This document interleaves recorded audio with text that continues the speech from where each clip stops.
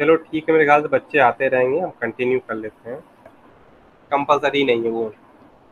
इसी के साथ ही साथ थ्रो ब्लॉक को भी देख लेते हैं। वैसे थ्रो थ्रो को हम लोगों ने थोड़ा सा देखा था, उसी का और आगे का पार्ट मेंशन कर लेते हैं। The throw statement allow you to create custom error, यानी कि हम लोग अपनी नीड के अकॉर्डिंग एरर बना लेते हैं। वैसे तो अगर कस्टम एरर की बात की जाए तो कस्टम और ये इनबिल्ट का काफ़ी कुछ मिक्सचर पार्ट हो जाता है, क्योंकि खाली हम ही इस एरर को जनरेट नहीं, पहले से एरर बनी बनाई भी होती है, उनके क्लासेस को हम थ्रो करा रहे होते हैं।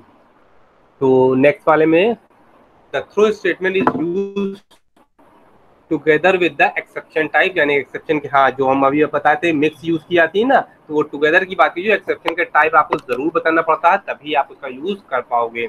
There are many exception types available in the Java, जैसे कि arithmetic exception, array out of sorry file not found exception, array out of bound. इस तरह से ढेर सारी हमारे पास एक्सेप्शन होती हैं जिनको हम यूज करते हैं। तो चलिए इसी से रिलेवेंट एक प्रोग्राम भी देखते हैं। इसको भी मैं थोड़ा सा मेंटेन कर दूं, फिर आपको विजिबिलिटी में बेटर आएगा।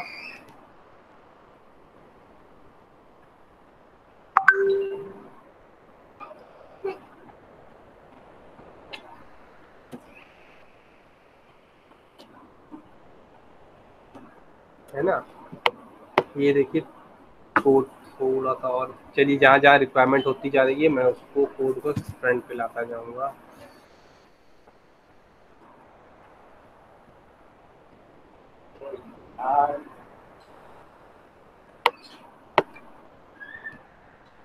अब यहाँ पे हमारे पास मेन क्लास अवेलेबल है। मेन के अंदर हम लोगों ने एक मेंशन किया है स्टैटिक वॉइड चेक एज। यहाँ पे एज को चेकिंग की जा रही है, एक मेथड बनाया गया जिसकी हेल्प से हम एज की चेकिंग कर रहे हैं। अगर एज वेरिएबल लेस देन हमारा 18 से है, अब हम क्या यहाँ पे इफ कंडीशन लगाइए, अगर एज वेरिएबल लेस देन 18 से है, थ्रो न्यू। अब ये देखिए थ्रो कीवर्ड की हेल्प से हम एक्सेप्शन जनरेट करा रहे हैं। जो आप कस्टम एक्सेप्शन की बात हो रही थी, वो यही कस्टम एक्सेप्शन है कि यहाँ से आप एक्सेप्शन जनरेट की जा रही है और थ्रो कर दी जा रही है। थ्रो न्यू अरिथमेटिक एक्सेप्शन, और जो भी आपको मैसेज देना है उसको मैसेज प्रोवाइड कर दिया जा रहा है। एल्स हमारी एज ओके है, और ओके होने का मतलब है हम इसमें वापस आएंगे। और कुछ तो नहीं इसके अंदर, हाँ, तो आप पब्लिक स्टेटेड वॉइड मेन में आ जाएंगे और हम एज को कॉल कर देंगे। जैसे ही एज को कॉल करेंगे तो आप यहाँ पे 15 जनरेटेड है, इसका मतलब हर कंडीशन में ये वाली एरर हमारे पास जनरेट होनी ही होनी है, और इसका एरर थ्रो की जा रही है। थ्रो का एडवांटेजेस क्या है, इस थ्रो के लिए हमें कैच ब्लॉक की अप्लाई करने की रिक्वायरमेंट नहीं है। थ्रो हमारा यहाँ से हटा के हम ओएस की तरफ आगे जेवीएम की तरफ थ्रो कर देगा, और जेवीएम इसको मेंटेन कर ले रहा है। तो हमारी एरर यहाँ पे हमें सामने फ्रंट में दिखाई नहीं देगी, और हमारा सारा काम मैनेज हो जाएगा। लेकिन कुछ जो एरर जनरेट होगी जब आप रन टाइम करोगे, कंपाइल टाइम पे कोई इशू नहीं आएगा, रन टाइम करोगे तो कुछ इस तरह का एरर का मैसेज डिस्प्ले हो जाएगा, यानी कि जो भी आप मेंशन करोगे उससे रिलेवेंट कंटेंट डिस्प्ले हो रहे होंगे।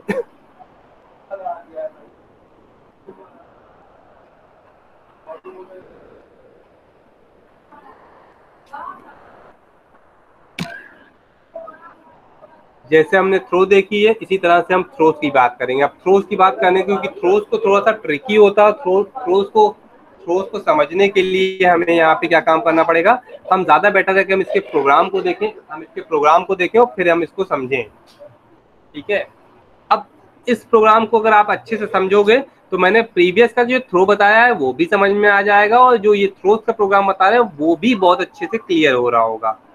है ना, तो इसको हमें समझना है, ये आउटपुट यानी कि वो आउटपुट आएगा जो इस प्रोग्राम के बेस पे आउटपुट जनरेट हो रहा होगा। इम्पोर्ट java.io एक्सेप्शन, यानी कि हमने एक क्लास आयो एक्सेप्शन को इनहेरिट कर लिया है। इससे रेलेवेंट थ्रो होगी, क्लास आया है test throw one, test throw one के बाद आ जाएगा। अब यहाँ पे टेस्ट थ्रो वन के बाद हमने क्या मेंशन किया है, वॉइड एम। एम क्या है, एक मेथड है। उसके बाद जैसा मैंने पहले भी कहा था, थ्रोज कीवर्ड मेथड के सामने ज्यादातर यूज करता है, ताकि हमारा अगर कोई हमें ऐसा लगता है कि कोई कंटेंट इस पर्टिकुलर मेथड से थ्रो किया जा रहा है तो उसको हम मेंटेन कर सकें।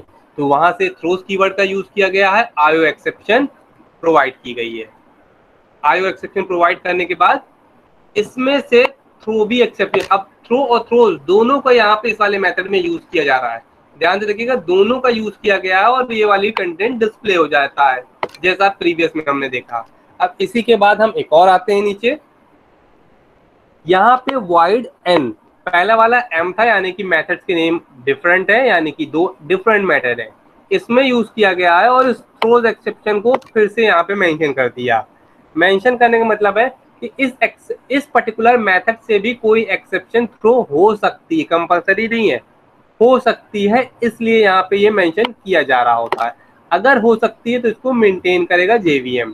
तो यहाँ पे इस एम को कॉल कर ले, तो जैसे ही एम को कॉल करेगा तो गारंटीड ये वाला कंटेंट, क्योंकि एम के अंदर हम देखें क्या हो रहा है, तो एम के अंदर से भी एक्सेप्शन थ्रो हो ही रही है, कुछ और मेंशन नहीं किया गया, सीधे एक्सेप्शन थ्रो हुई है। तो हर कंडीशन पे इससे भी आएगा, तो ऑटोमेटिकली जो एक्सेप्शन आएगी वो थ्रो कर दी जा रही होगी। अभी ये खत्म नहीं हुआ, इसके आगे का और भी पार्ट है। यानी कि अगर हमारे पास इतना हो रहा है तो हम इसके बाद वाइड पी में आए हैं। इसको भी मैं थोड़ा और क्लियर करता हूँ। वाइड पी, वैसे मैं बोलता जा रहा हूँ, अगर क्लियर हो रहा होगा, बाई चांस डाउट ना समझ में आए तो बता देना। वाइड पी में आए हैं और वाइड पी के अंदर हमने इस एम के बाद जो एन हमने मेथड डिक्लेयर किया था उसको कॉल कर दिया है। यानी कि एक के बाद एक हमने मेथड्स को कॉल किया और ये ट्राई ब्लॉक के अंदर कॉल हुआ है। अब इसको ध्यान से देखिए, क्योंकि ये ट्राई कैच के अंदर कॉल किया जा रहा है, तो इसका मतलब जो भी मेथड ऊपर से, सॉरी, जो भी एक्सेप्शन जनरेट होगी वो कहीं ना कहीं हैंडल कर दी जाएगी और उस ई वेरिएबल के अंदर मेंटेन कर ली जाएगी। तो जिसकी वजह से कस्टम, अगर आपको कीवर्ड याद हो तो कस्टम एरर की बात की जाए तो वो कस्टम एरर इसीलिए है कि आपने जो यहाँ से एक्सेप्शन जनरेट करा के थ्रो कराई थी अपनी नीड के अकॉर्डिंग, आपको लगता था इस ऊपर वाले प्रोग्राम में इस तरह की एक्सेप्शन हो सकती है, तो आप उसको आप थ्रो करा रहे थे, तो उसको अपनी नीड के अकॉर्डिंग उसको आप इस वेरिएबल ई में मेंटेन कर लोगे। और अगर हम इस प्लस के साइन के बाद और इस कंटेंट के बाद प्लस लगा के इस ई को भी डिस्प्ले करा देंगे, तो जो भी आपने एरर मेंटेन अभी की थी, जो भी आपने ये एरर थ्रो की है, वो एज इट इज मैसेज इस ई की हेल्प से भी डिस्प्ले हो जाएगा। अभी के प्रोग्राम में क्या हो रहा है वो बता देते हैं।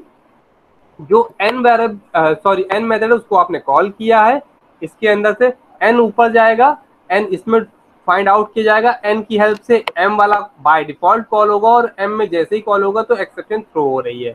एक्सेप्शन थ्रो होने का मतलब है यहाँ से एक्सेप्शन थ्रो की जा रही है, तो कैच ब्लॉक है जो उसको उस एक्सेप्शन को मैनेज करता है। तो कैच ब्लॉक के अंदर मेंशन किया जा रहा है, कैच ब्लॉक में सिर्फ इतना ही मेंशन किया जा रहा है, एक्सेप्शन हैंडल्ड। अगर मैंने जैसा बोला कि अगर ई को भी मेंशन कर देते तो वो भी डिस्प्ले हो जाता है, उसके भी ई के भी कंटेंट डिस्प्ले हो रहे थे, यानी कि जो अपनी आपने कस्टम एरर बनाई थी वो भी पूरी डिस्प्ले हो जाती है यहाँ पे। अब दोनों में डिफरेंस क्या है? थ्रो कीवर्ड्स की हेल्प से आप एक्सेप्शन के टाइप के बेस पे अपनी एक्सेप्शन थ्रो करते हो और थ्रोज कीवर्ड की हेल्प से जिस भी मेथड से एक्सेप्शन थ्रो हो रही होती है उसको मेंटेन किया जा रहा होता है। अब यहाँ पे मेंटेन करके एक्सेप्शन ई के अंदर स्टोर करने का काम किसका हुआ है? थ्रोज की हेल्प से किया गया है। तो ऊपर जो भी हम लोग थ्रोज की थ्योरी देखेंगे वहां पे थोड़ा सा समझने की कोशिश कीजिएगा क्या काम हो रहा है यहाँ पे। और नीचे तो नॉर्मल कुछ नहीं, जो हमने पी मेथड बनाया है उसका आप यहाँ पे देखो तो पी का ऑब्जेक्ट बना दिया और पी को हमने कॉल कर लिया। तो पी को कॉल करने का मतलब है एन को कॉल करना। बाय डिफॉल्ट जितना अभी मैंने पूरी इसकी प्रोग्रामिंग की थ्योरी समझाई कैसे ये एक्सेप्शन जनरेट कर रहा है तो उसको कॉल हो जाएगा।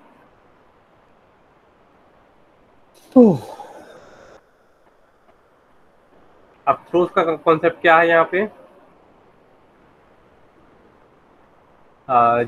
The Java throws keyword is used to declare an exception. It gives an information to the programmer that there may occur an exception, so it is better for the programmer to provide exception handling code.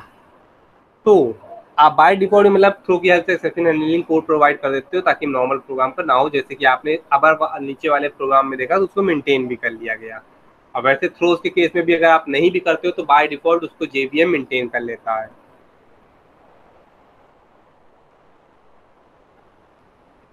अब यहाँ पे जो null pointer के exception की बात करी, इस तरह की कोई भी एक्सेप्शन आप मेंटेन कर सकते हो।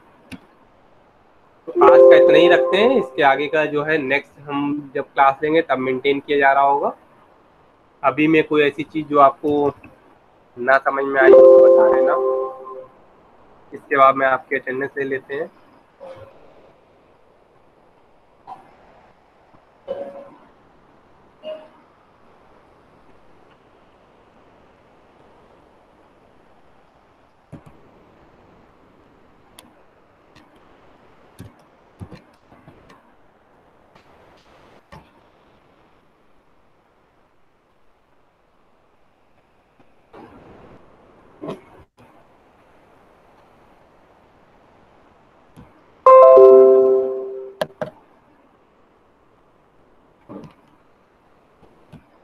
आप लोग अपनी जब तक क्वेरी पूछ सकते हो, अगर कुछ समझ में ना आया हो तो पूछ लो।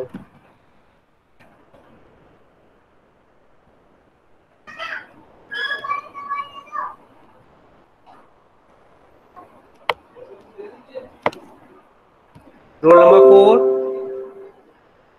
19, 1, 2, 3, Yes, sir. 4, Yes, 5, sir. 6, 7, 8, 9, 11, 12, 14, 15, 16, 18, 19, 20, 21, Yes, sir. Sir, 24, 21.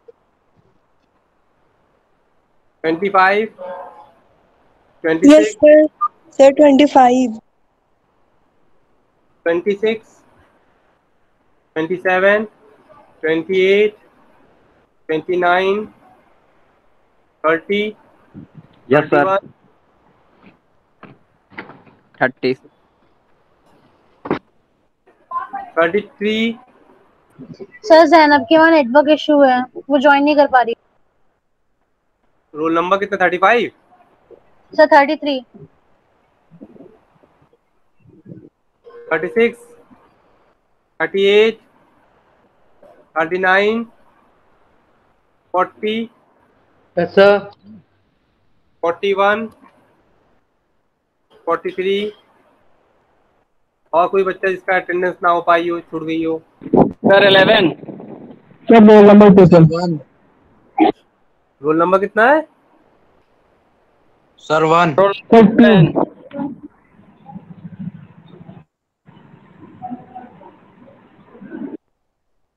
1 हो गया, 2 हो गया, और कोई रोल नंबर? 11. 11. 11। और कोई?